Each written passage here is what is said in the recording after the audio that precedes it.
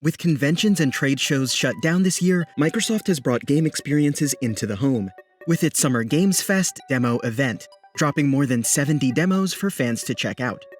While you won't have to stand in lines for hours to get some time with these upcoming games, there's still a catch. These demos will be disappearing entirely from the Microsoft Store on July 27th. So here are a few gems that you should absolutely try before they're gone for good.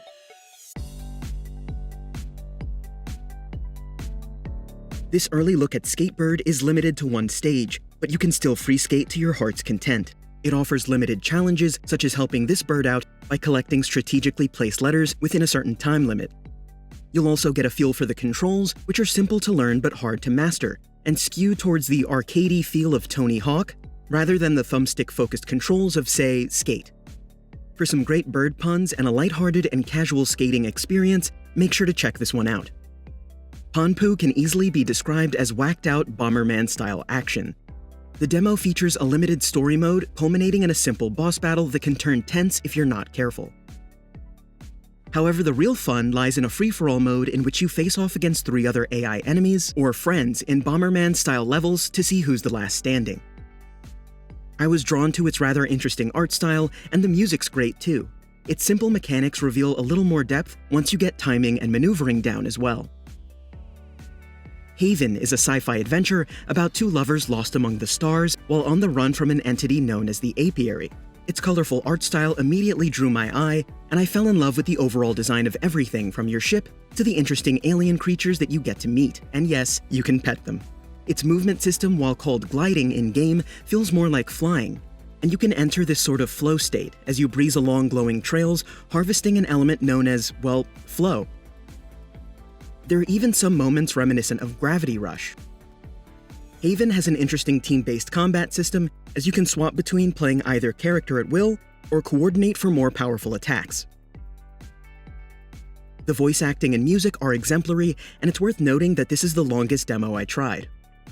The Veil is an incredible experience, to say the least. You play as a princess born without sight.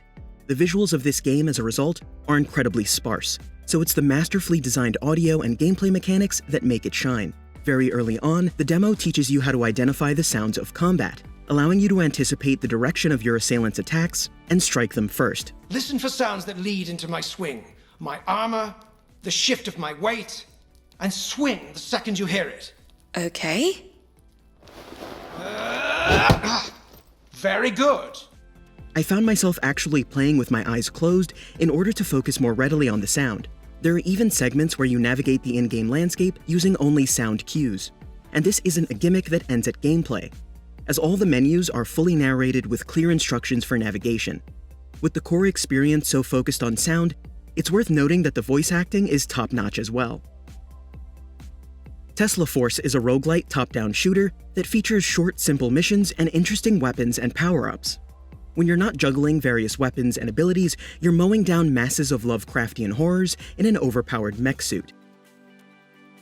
Along the way, you'll level up and accrue various upgrades of your choosing, allowing you to tailor your abilities to your playstyle. While missions are short and to the point, they can get very tense if you find yourself outnumbered or stuck in a tight space while your teleport abilities are on cooldown. The game even features fun text-based interludes in which you make decisions which can result in scoring additional ammo or weapons. Destroy All Humans is easily the most known quantity on this list, but that doesn't make its return any less enjoyable. You take up the task of avenging your captured alien brethren by, well, destroying all humans. The updated visuals are pleasing while staying true to the 2005 original. And the gameplay is as mindlessly fun. You'll be flinging cows, burning down barns, and sticking it to the human race in this limited demo. It, while brief, offers a pretty comprehensive taste of the full experience. At face value, I expected Sailforth to be Bloodwake, but twee. What I found was a much more easygoing yet rewarding experience. You start out by choosing your own ship, naming it, and customizing your flag before setting out on the open seas. Each individual stage has its own objectives, which are easy enough to complete as this is just a demo. You'll be competing in races, plundering pirate outposts, and even taking on pirate captains out at sea. The cute art style and calming score meet intense open water combat in an experience that nicely ebbs and flows. Cake Bash is an adorable yet destructive game that pits you and 3 other AI enemies or friends against each other in a frosting-fueled fight for your lives. The interestingly named Fork Knife mode is a Gâteau Royale, as players run around a giant cake, avoiding all manner of cutlery and carving up the playing field until one pastry remains. Sweet Victory is a bit more brutal despite its name, as you beat the filling out of your opponents in order to steal their jelly bean-like sweets, with the winner holding the most at the end of the round.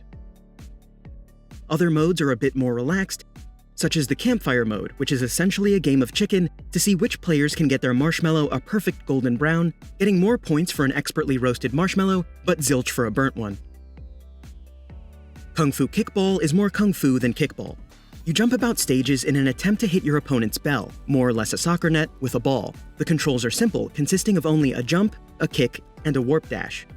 However, the physics, which lean towards the floaty side of things, turn these short burst matches into deceptively complex games of reflex and strategy. Trust me, though you can play single player, you'll want to grab a friend or 3 for this one. Raji instantly stands out with its setting and art style. However, its characters and dialogue prove that this game's beauty is more than skin deep. You'll play as a young Indian woman trying to rescue her younger brother from malevolent demons. This isometric action game will have you scaling cliffs, platforming, and battling enemies with a small arsenal of different attacks. Its unique setting and story are enough to pique interest, but its storytelling, even early on, delivers on that initial allure. While the approach to bringing these fresh gaming experiences to fans was interesting to say the least in its execution, it's still a joy to get hands-on time with some games that are genuinely exciting and fun to play. Make sure to check the demo section of the Microsoft Store before these gems are gone.